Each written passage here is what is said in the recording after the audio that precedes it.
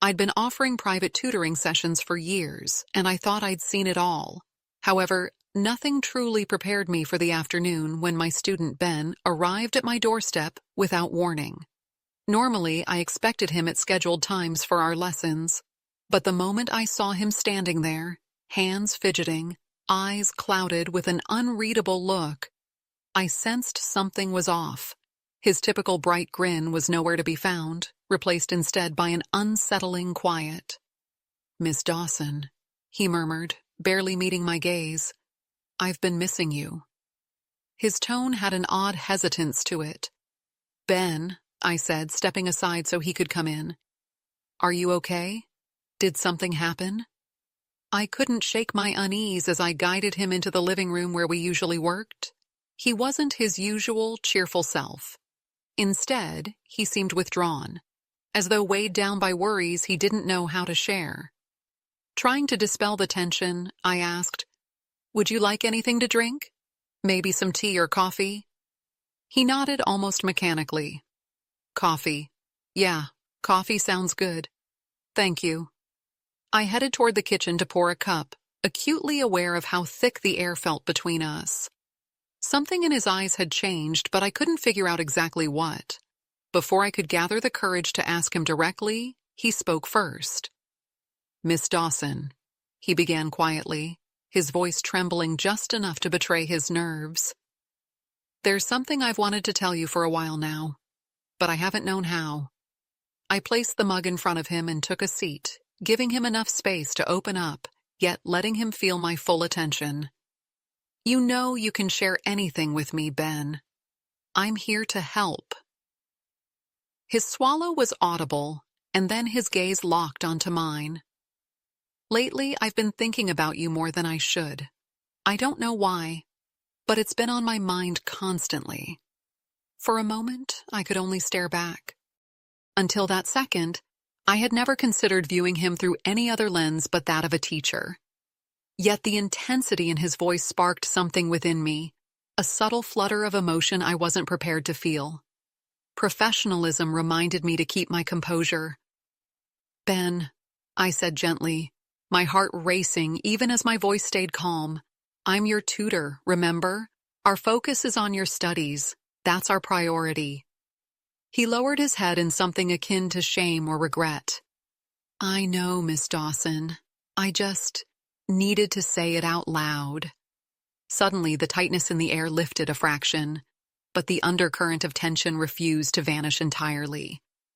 We carried on with the lesson, yet I could sense the unspoken heaviness lingering between us.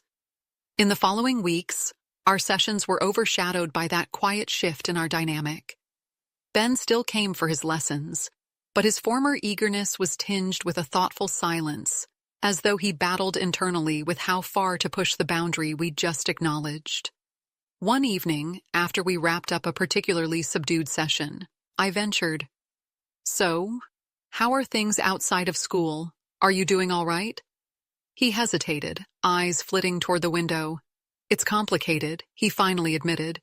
"My parents aren't getting along and it's messy. I don't know how to handle it." My chest tightened. Though I was aware his home life wasn't ideal, hearing him talk about it directly felt like seeing him pull back a curtain on his private turmoil. A wave of empathy washed over me, yet I forced myself to maintain some distance for both our sakes. "I'm sorry, Ben. That's a lot to deal with. But you're not alone. You have people who care about you. If you need to talk, I'm here to listen." He glanced up, eyes flickering with a mix of gratitude and sorrow. Then, without warning, he reached for my hand, gripping it with a soft urgency. "I just needed to know someone was on my side," he whispered. It was as though time stood still. His hand felt warm, almost pleading. I sensed that he was searching for comfort, but there was a potent current beneath that simple touch. A boundary was being tested, one I was fiercely determined to honor. My pulse kicked up, and I gently removed my hand from his, my voice uneven as I spoke. "Ben, we can't let this become something it's not." He bit his lip, regret clouding his features. "I know," he replied in a small voice. "I'm sorry, I didn't mean—" "It's okay," I whispered, trying to calm my own scattered thoughts. I held his gaze, hoping he understood the care and concern I felt, without crossing a line. From that point on, a sort of invisible wall sprang up between us, built by mutual awareness and unspoken caution. We remained committed to our lessons, but the memory of that brief hand-holding lingered in the background. I found myself replaying it in my mind, wondering if I'd misconstrued his intention. Yet I couldn't deny there was a certain tension, an electricity that neither of us spoke of, but both seemed to feel. As the weeks passed, it was clear Ben was grappling with more than school stress. His eyes bore a sadness that made me wish I could alleviate it. Still, I took pains to keep our sessions professional. No personal confessions, no subtle touches. The last thing I wanted was to confuse or mislead him when his home life was already in turmoil. Then, one sunny afternoon, he arrived at my house as usual, but this time, the gravity in his expression was gone.